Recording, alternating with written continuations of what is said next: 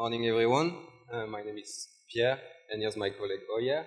We're here to talk about breeding, and breeding for CBD in particular, on the behalf of DynaFem. For those of you who are expecting a talk in Spanish, I'm sorry about that, but it will be done in English. There are translation devices that are available, so you can rely on these guys over there to understand what we're saying. Okay. So this presentation will be articulated in 4 parts, and hopefully we'll have time at the end of it for some questions. If you want to make it more interactive, please do. So we'll start by quickly introducing the company itself, DynaFem. So DynaFem was born more than a decade ago, back in 2005, when a group of expert breeders, sorry, I'm not used to that kind of stuff, and when a group of expert breeders decided to meet in order to create a tailor-made seed bank. Because back in the days, it all started in that shop that you can see on the picture, and which is still active today, by the way.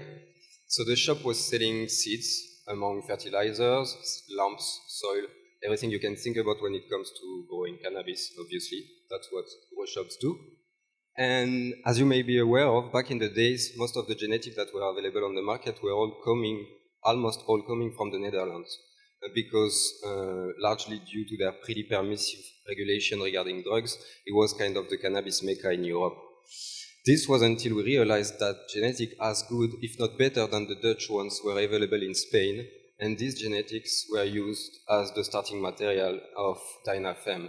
DynaFem was the first company of its kind in Spain, and it quickly became one of the world leaders in terms of cannabis genetics, thanks to a large sales network operating in more than 20 countries all over Europe, America, Asia, and Africa. We're focusing on innovation, obviously, because we believe that the potential of cannabis has still not been fully investigated. Here's a quick ganja lapse with a critical 2.0 auto. And even if we focus on going forward and innovating, we also remember where we come from. We all have been unexperimented growers, meaning that we know the importance of strong, reliable genetic. I mean, nobody likes to see Hermes popping up after 1 week of flowering phase, or even worse, seeds not germinating at all. In that sense, we also know the importance of knowledge and pedagogy, which is why DynaFem has built a strong communication team. Shout out to these guys and the amazing work they do. And they edit deeply investigated technical articles in order to spread cannabis science for the growers to achieve better results, basically. That's also why we're here today, because these kinds of gatherings allows us to meet our customer face-to-face, to learn from them and help them work better with our genetics.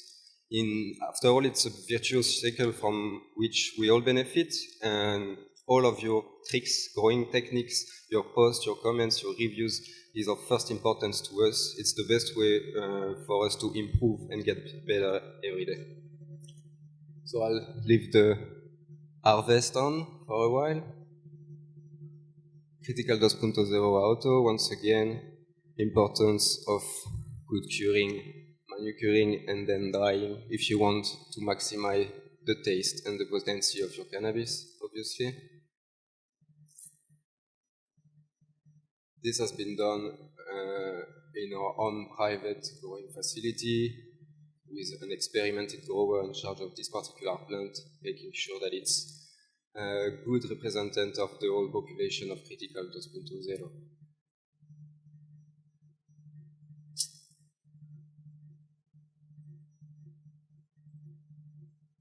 I guess you understand the concept. Maybe we should move forward. Okay, now if we have a look at DynaFem catalog, I'll quickly show a video so that you can see that we're working with original genetics, like the very classic UK cheese, original amnesia, critical bilbo, every classic strain that you can think about, but we're also working with the last trendy cross, which are mostly coming from the US nowadays. And this is thanks to a large network of passionate people that have been traveling around the world in order to acquire these genetics, and for us to use it as a starting material for our breeding programs. Ultimately, the catalog is articulated into 4 main categories, which are the feminized seeds, the auto-flowering seeds, the quick seeds, and finally, the CBD seeds. So here you can see a good example of the different phenos that we managed to get. Some more sativas, some more indica, good resin production, as you can see, and the final product pretty dense buds that you can get in many countries. I mean, you can get the seeds, then it's up to you the way you grow it, but at least you can get the seeds. So going back to the catalog, the very basis of the genetic development was the development of a feminization process. I mean, that's where the name DynaFem comes from, obviously, dynamic feminization. Then we've been dedicating a lot of our time on developing auto-flowering strains. And we can say that we managed to increase global quality of the auto-flowering strains, meaning that we can now say that we increase the potency with THC levels up to 20%, huge yields, and stability of the genetic. Quick seeds have also been developed. They can be defined as an intermediate between auto-flowering strains and regular strains, meaning that they're still photoperiod dependent. You will still have to switch the light regimen in order for the plant to go to flowering phase, but the flowering phase will be way shorter than the regular seeds corresponding.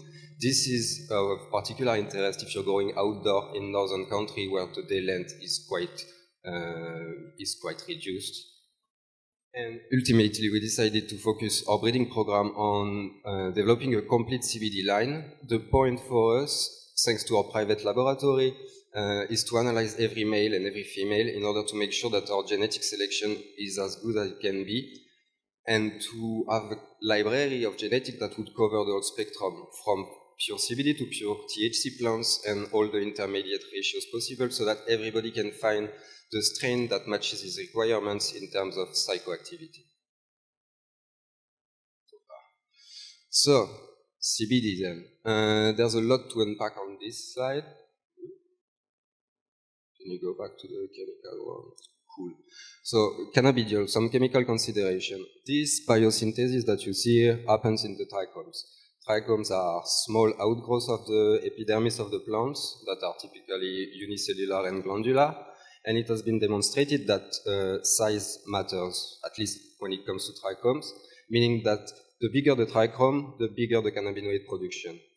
If you look at the biosynthesis in general, which is the huge reaction that you see, the huge series of reactions that you see over there, you will see that terpenes and cannabinoids are closely related on a chemical point of view. We could say that they're cousins, basically. If we start by terpenes, the main terpenes that you will encounter in cannabis buds are the monoterpenes and the sesquiterpenes.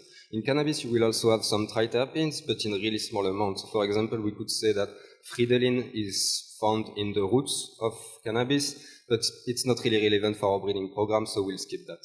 Monoterpenes present a 10-carbon chain. They're the most volatile one. They're the easiest one to catch when you're smelling a bud or when you're smoking it, but they're also the ones that have a tendency to quickly disappear over time. Sesquiterpenes are heavier, so they will remain better on the buds after the drying process. This underlines the importance of a good drying process.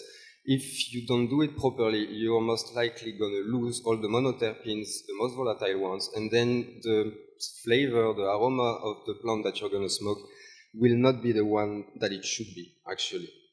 Then, moving on to cannabinoids, you will see that you've got two different kinds of cannabinoids. I'll go on the other side.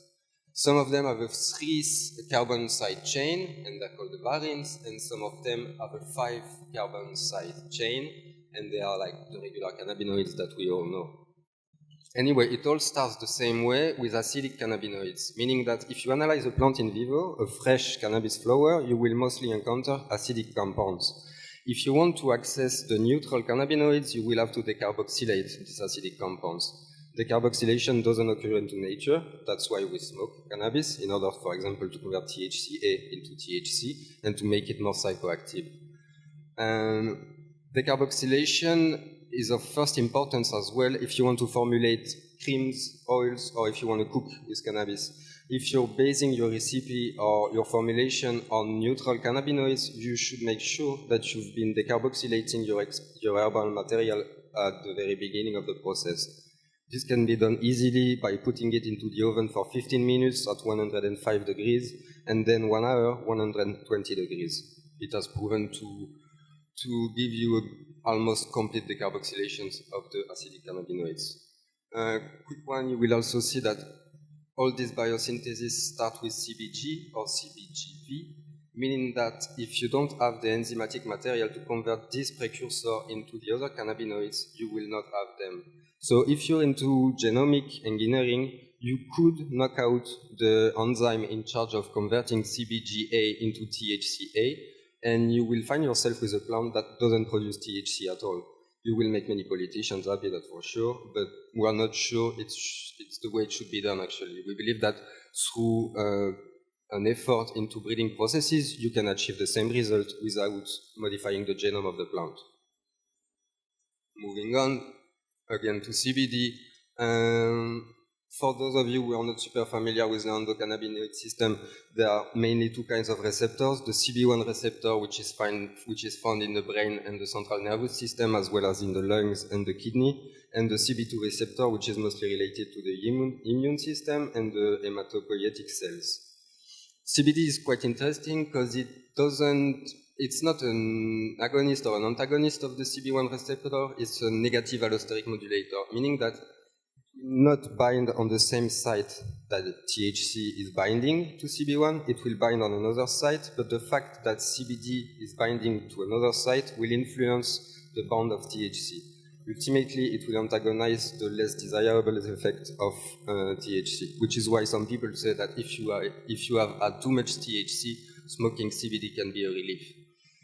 It's a good anti-anxiety agent, antipsychotic, it's a strong neuroprotective and anticonvulsivant. It's not that potent, meaning that if you want to achieve full efficiency in a therapeutical point of view, you should have an high dosage in CBD. No, same story. If you want to formulate a therapeutic solution, you should think about maximizing the bioavailability of the compound. We know that CBD bioavailability through oral route is not that good, from 6 to 15%, meaning that if you take oil orally, you're not going to get the full efficiency of CBD or any other cannabinoids. Therefore, this is because the oil will be metabolized in your liver through a process called hepatic first pass effect, and effort should be put into finding other delivery routes to avoid this hepatic first pass. A good option would be through intranasal delivery, because it's quite, it will increase the compliance of the patient because it's easy to carry and self-administration is possible, and it's superior to drug injection in the sense that it's pain-free and non-invasive. This kind of intranasal device is currently being studied in the US and Israel, I believe, for the treatment of children suffering from epileptic seizures. So basically, it's an emergency treatment. As soon as the kid starts to have a seizure, you just release the cannabinoids into his nose, and he gets a relief. Finally, it doesn't seem, oromucosal can be used as well. This is what they do with Sativex. It's a spray that you put into your mouth, cannabinoids are absorbed, and then it goes straight into your blood. Other option would be to vaporize it. It doesn't seem really therapeutic, but it is, because it's the best way to achieve 40% of bioavailability. But in that sense, as dosage matter, we should look for dose-metered devices in order to avoid misdosage and to increase reproducibility of the dosage. If we look at the safety profile of CBD, we will see that it has a huge margin of safety, meaning that the difference between the amount creating positive effects on symptoms and the amount creating negative side effects is quite huge, meaning that CBD is well tolerated by almost everyone and through a wide dosage range, whether it's in acute or chronic administration. The main adverse events that were recorded were tiredness, changes of appetite and weight, and also diarrhea. But diarrhea is not really relevant because it was mostly due to the large amount of oil in the preparation. And in the end, the patients that received the placebo were also suffering from diarrhea, so we cannot really correlate it with CBD. Problem is, CBD is usually used as an adjunct therapy, a concomitant drug with other regular medicines. So we need more research on the interaction between these medicines and CBD itself, the action of CBD on the hepatic enzymes, drug transporters, and every other enzymatic material that you can encounter in your body. This table is kind of summing up all the clinical studies that have been going on in the last years regarding CBD. You will see that it's mostly in neurology, pain management, and inflammatory diseases. But more studies are warranted. larger scale studies, because you cannot say that a study makes sense if it has been only done on 10 people, for example. So large scale study, randomized, double blind, like it's done for any other medicine, kind of. This is going the same way, because I mean the European Parliament has been issuing a resolution last February, I guess it was, pushing governments to define medical cannabis and pushing research on medical cannabis itself. But so far, there's no incentives for that, meaning that the public entities and the private company don't really have an interest in doing it because they don't have a real support to do it. So we're doing it at our own scale, but it needs to be done on a larger scale. Okay, so let's talk about breeding now. In cannabis, you have two different alleles, and if both are the same, then it means the plant is homozygous and it will produce either THCA or CBDA. On the contrary, if you have these alleles different, then it will be a mixed plant and it will produce mixed ratios of THCA and CBDA. Classical examples for homozygous plants are the industrial hemp and the recreational marijuana. In industrial hemp, the ratio between CBD and THC is usually around 15:1 or maximum 25:1. But however, the CBD amount is usually pretty low, around 3–4% maximum. So in this sense, hemp is not the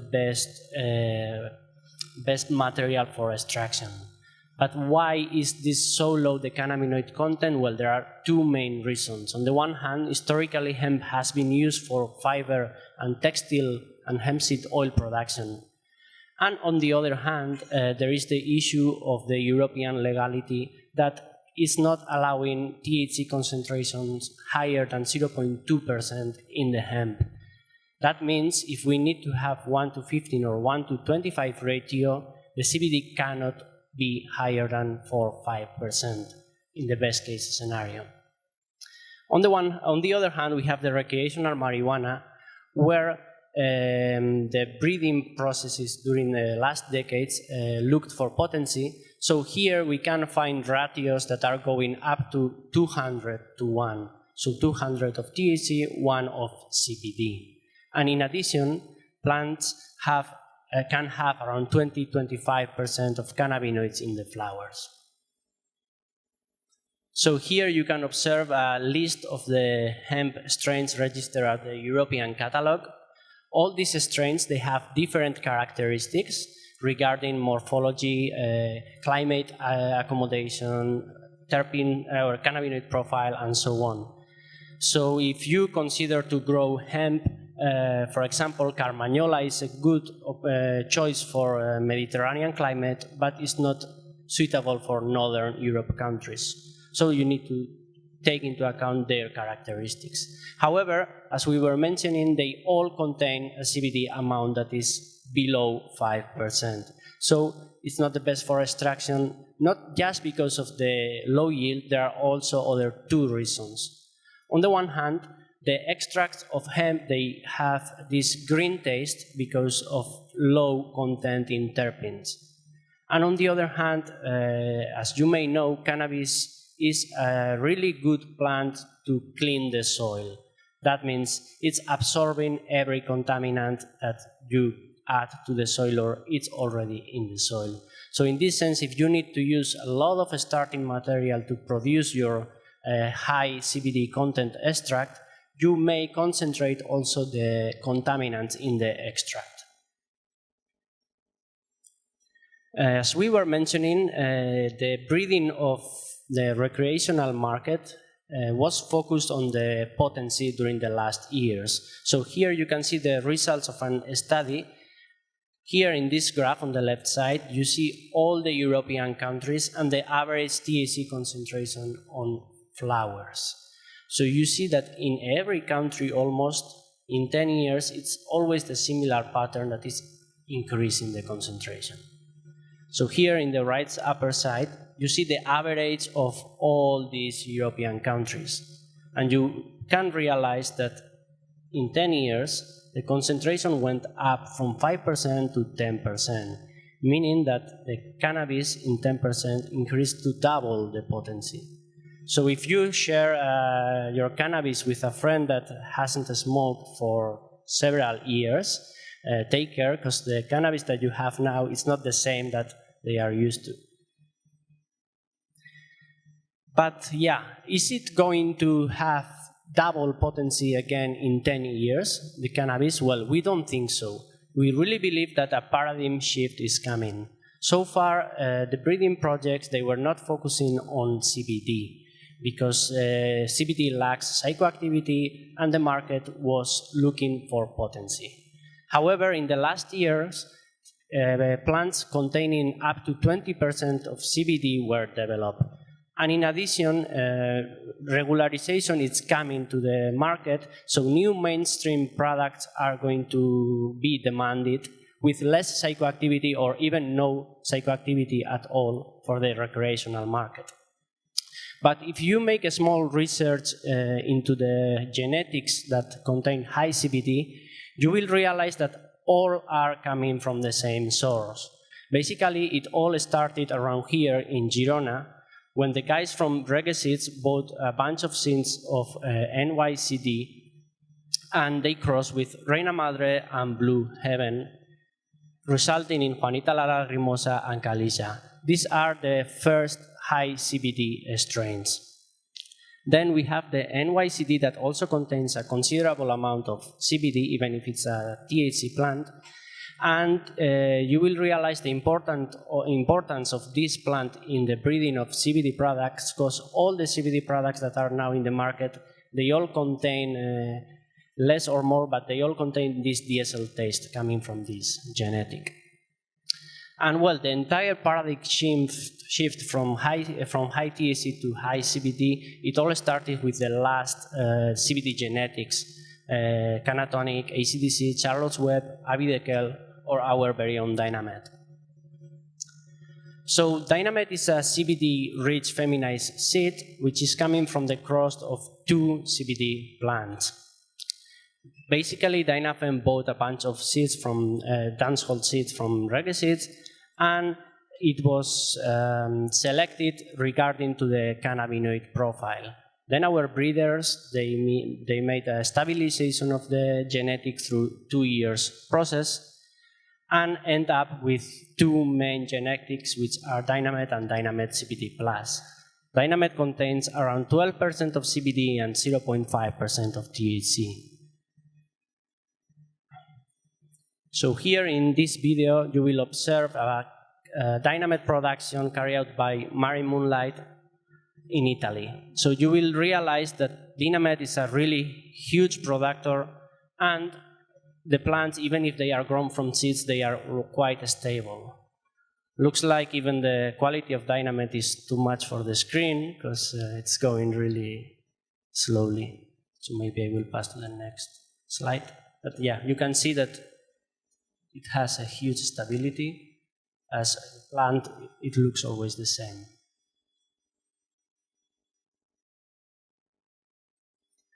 Dynamet CBD Plus, it's a really good option for extraction purposes, as it contains 20% of CBD, up to 20% CBD, and less than 1% of THC. Then we have also an autoflowering version of Dynamet, which contains the same cannabinoids as in the Dynamet. So the first step towards development of CBD line was the development of mixed ratio plants with specific terpene profiles. These plants are going to be also the first step towards development of CBD pure line that we are working on right now. So you can see here that they have a mixed ratio like 1:1, 1:2, or 1:3, but not more because of the alleles that we were mentioning before. They have two different alleles, so it's an heterozygous plant with ratios between 1:1 and 1:3.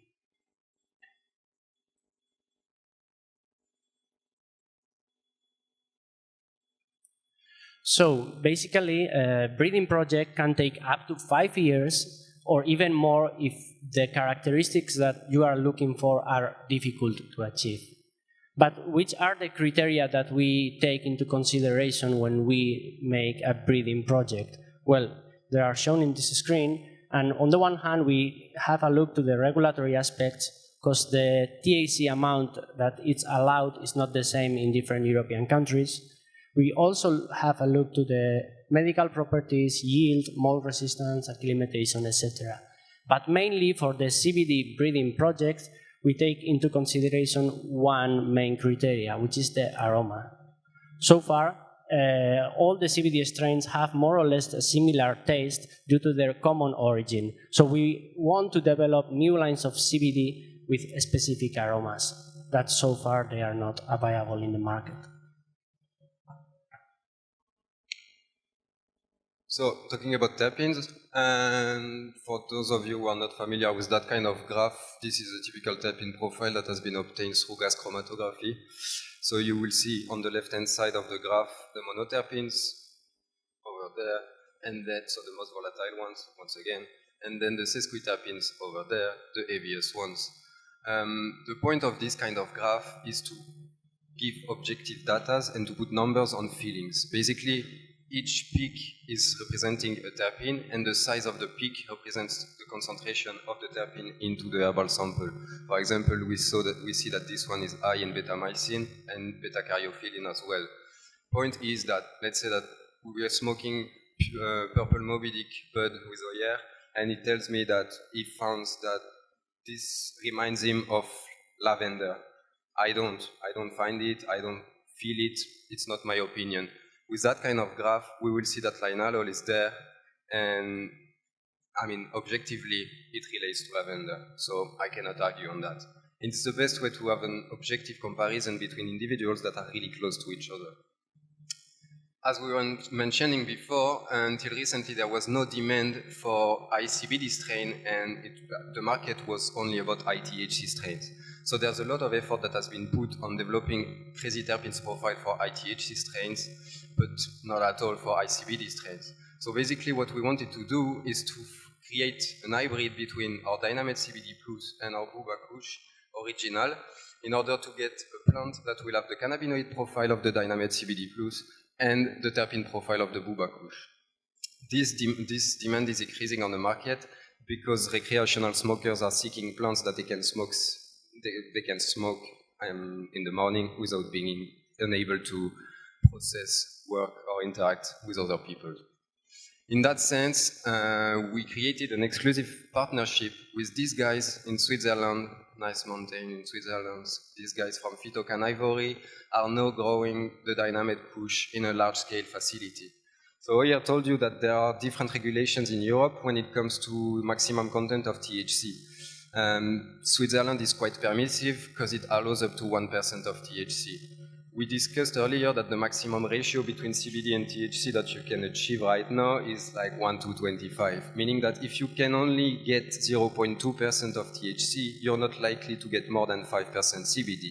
And it's not really interesting because you cannot extract anything with a good yield, and if you smoke it, it's probably going to be really weak. So with 1% THC in Switzerland, you can now work with 20 to 25% CBD, which is obviously way more interesting. These guys have been putting a lot of effort into building a large-scale greenhouse with stable growing condition in order to maximize the production and the quality of the flowers. And once again, the regulation in Switzerland allows them to sell it into tobacco shop, whether it's buds or pre-rolled joints. Quickly show the package done by our designers. Shout out to these guys as well and the great work they do every day. So this is how you can buy Dynamed Kush in Switzerland. Marie Moonlight is doing kind of the same thing in Switzerland with the Dynamed. It's not the same packaging, but it's the same kind of selling process into tobacco shops and even supermarkets sometimes. You will see that this packaging may remind you of pills, and it's so that you can realize that it's for medical purpose, actually. Moving on. Okay, so how can we do that? Let's say that we've got one pure CBD strain, the Bubba Kush CBD, for example, whatever, Dynamed or any other pure CBD strain. You want to cross it with some THC strain, X1, and you want the result to mimic the taste of the X strain. So you will cross the pure CBD with the pure THC, and you will obtain, as the alleles are codominant, once again, mixed ratios plant. Okay, but you want to get to pure CBD plants. In order to do that, you will have to select from this F1 population the elite mother and the elite father that will be used for pollination and creation of the F2 generation. In the F2 generation, you will have a segregation of the population between pure CBD, pure THC, and mixed ratio. In that case, we only care about pure CBD, so you can discard 3/4 of the population and only keep the pure CBD ones. How can you do that? You need to analyze the plant during the vegetative phase, so you avoid flowering 500 individuals and you only flower 100 of them. Then you have a pure CBD population. Okay, these are their terpene profile. As you can clearly see, these are too many data and it's quite difficult to interpret. You can go on every plant one by one, smell them and note them, but at some point your nose will get saturated. So we rely on the nose of the gas chromatography once again. And we use the statistical interpretation called principal component analysis, or PCA, which enables us to segregate the population once again. So you see already that you've got two parts in that graph. Each red point with a number is an individual, so you've got 86 plants there on that graph. And then you will see terpenes, limonene, beta-caryophyllene, alpha-pinene, beta-pinene, iphopinene, beta-mycin, and all the other terpenes that are not really making a difference between the two populations. So if you see it, on top, you will see the Kush population. It's rich in limonene and beta-caryophyllene. We already have a Bubba Kush CBD, we don't really care about these ones. So we can discard half of the population once again to focus on this X population, rich in beta-pinene, beta-mycin, and alpha-pinene. Okay, fair enough. All of them taste like the X, but which one of them are the closest one to the reference? To know that, scientifically, we need to grow the original elite clone from the THC-X strain and put it on the graph. The reference is there. So basically, all the individuals that are the closest to that reference are the ones that have a terpene profile, an aroma that is really like same as the THC strain. But now that you've got these 4 or 5 champions that are matching your requirements in terms of aromas, other criteria should be taken into account. Productivity or cannabinoid content, acclimatation, THC concentration, different regulation once again. So you may want to extend that cycle in order to back up with different elite plants. You may also want to pick some singular original individuals that are presenting a high concentration in one particular terpene and therefore could be used for the start of another breeding program totally different from the one we just did. Well, looks like we are running out of time, so I will try to finish quickly. So far we were talking about CBD breeding, but CBD and THC are not the only cannabinoids in cannabis. In total, we have 113 cannabinoids that have been identified so far, each one with its own characteristics. So in this sense, we expect that now we have the CBD weights, but in some years, new weights will arrive, like the CBDV weights or CBG weights, for example. So breeding projects need to focus on these other cannabinoids also. And then we have terpenes. Terpenes are responsible for the cannabis aroma, but it's not just the aroma. They also have their own characteristics and their own effects in our health that can suppress, enhance, or modify the cannabinoids effect. The only difference between cannabinoids and terpenes is that terpenes are also present in other kind of plants, fruits, or spices. As he was mentioning before, linalool is present in lavanda, or limonene is present in lemon. Myrcene is the one making this couch lock effect because of its analgesic and sedating effects. It's also present in the mint family of plants. Pinene is present in pine resin, and then we have a really unique terpene which is called beta-caryophyllene. which is the only terpene that can modify cannabinoid receptors, can interact with cannabinoid receptors. In this case, with CB2, it's full agonist, meaning that it can modulate pain and inflammation. But these are not the only terpenes. In total, we have 120 identified terpenes, 113 cannabinoids. So basically, we can play around with that. So imagine now that we want to develop a perfect strain for epilepsy. So we know that CBD is useful for epilepsy, CBDV is also promising, and linalool can enhance this. So then a breeding project should be focused to develop a strain containing high CBD, high CBDV, and high linalool. And like that with any other indication. So basically, the breeding project of the future, they are going to be tailor-made cannabis based on the scientific literature. So just to finish, genetic, we were talking about genetics, but genetics are not the only thing necessary for medical cannabis. So we were talking about dosage, so dosage is important. In that sense, you need stable genetics, genetics that were stabilized properly by the breeder team. In addition, you need proper growing techniques because your end product could be different if you apply different techniques. Not just regarding cannabinoid and terpene content, also regarding contaminants. Because you can, the cannabis will absorb the pesticides you add in the growing method, or can absorb heavy metals from the soil, or even create mycotoxins due to fungi problems over the drying process. So we need protocols for quality control and protocols for growing. And then again, we will need double-blind, like randomized clinical trials to match chemotypes with real effects. So in this sense, right now, cannabis is behind other plants regarding quality and safety. So, for example, we don't have any guideline from the European Union or from the States to assess us in the growing techniques. So the cannabis industry must create its own protocols, check its own products, self-awareness, self-control, self-quality, to be one step ahead of the legality that it's going to come. So in this sense, in Dynafem, we are carrying out now a project with the University of the Basque Country and the non-profit association Ailaket, mainly focusing 2 points.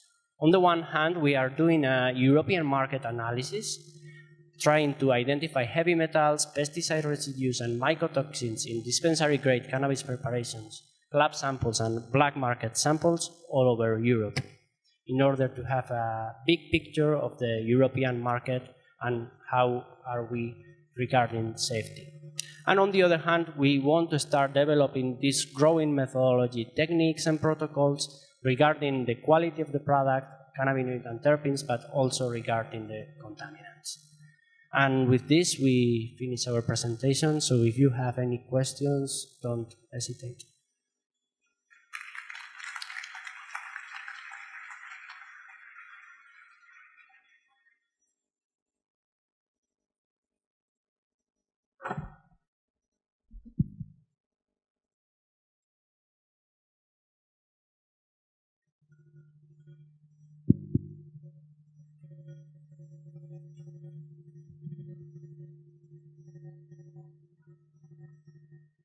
Hello. Here. Thank you. I just was wondering, you're talking about contamination, and of course, I imagine that in high concentration urban zones, contamination is worse. Could you indicate what parts of Europe or what kind of environment would be the most appropriated places to grow with less contamination? I cannot give you any country name in particular, and I mean, I cannot tell you that one country is really bad in terms of soil condition, but what you should do before thinking about growing cannabis in general or hemp, you should make a soil analysis basically. if you analyze the soil and you make sure that you have a really low levels in terms of heavy metals, then you're quite safe, because this is mostly where the contamination from the soil is coming from. Because then pesticides is up to you. If you don't use them, you're not going to contaminate the plants. And mycotoxins, it's not really related to the soil itself. It's mostly related to the growing facility, the plants that are too close to each other, and then mold is appearing, or even during the drying process. So I would suggest before any agricultural project to analyze the soil itself. I just want to add one thing there. So it's true, the soil is the most important thing, but then you need to take into account also the environmental contamination that is around your field, mainly if it's outdoors.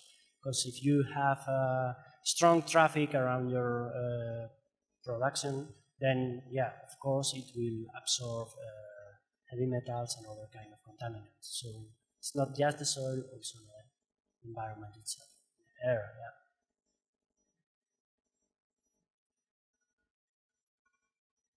Good morning, nice talk. Thank you for your apportation. I'm going to ask about terpenes because you just mentioned that are looking for the flavors, but maybe in the scientific field, the terpenes are considered like defense for the organism, just attractive for some insects. So I'm not sure that all of these terpenes have good effect for ourselves. Maybe some of these terpenes that we are smoking are really bad for us. So you don't speak about how many is the quantity or the 10%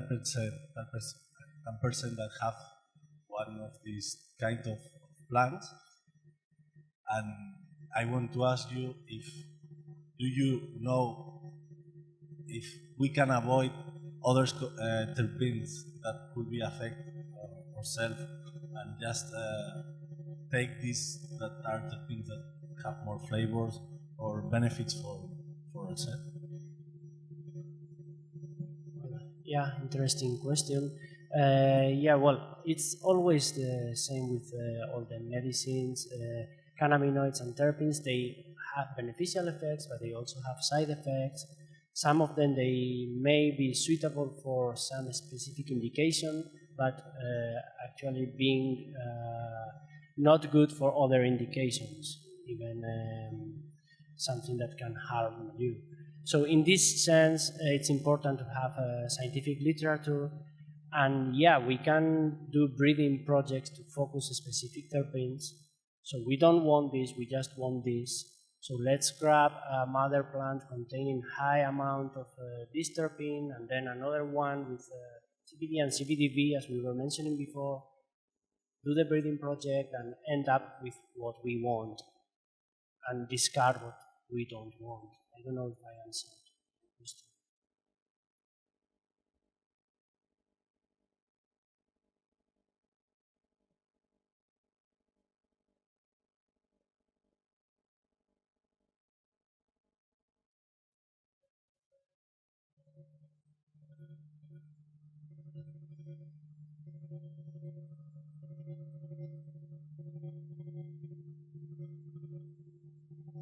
Yeah, it's not easy because terpenes are more difficult to stabilize than cannabinoids.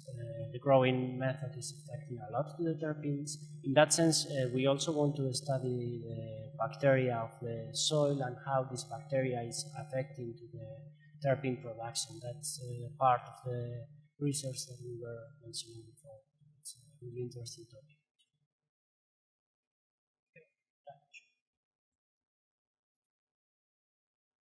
Hola. Marco Funk from Canamade in Switzerland. Coming from the CBD industry, just wanted to get your personal opinion. What do you think is going to be bigger in 10 years, THC or CBD? CBG maybe? To be honest, I don't know. I mean, I think it works both ways. everyone should be able to find the product that suits his requirements, whether it's a mixed ratio or pure THC or pure CBD plant. Not as a big hype around CBD, because it's the entry door for cannabis in all the European or worldwide markets, actually. So everybody is saying that cannabis can cure, that CBD can cure almost anything, but we're also forgetting a lot about the beneficial effect of THC, which have to be considered as well. In that sense, once again, we need more clinical studies in order to assess which one of them is the most efficient for this particular condition. But ultimately, I guess, I'm not a big fan of this term of entourage effect because everybody's using it, whether it's useful or not.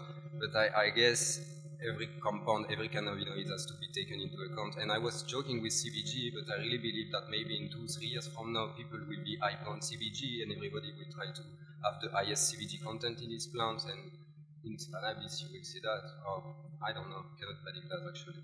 But yeah, that's an interesting question too.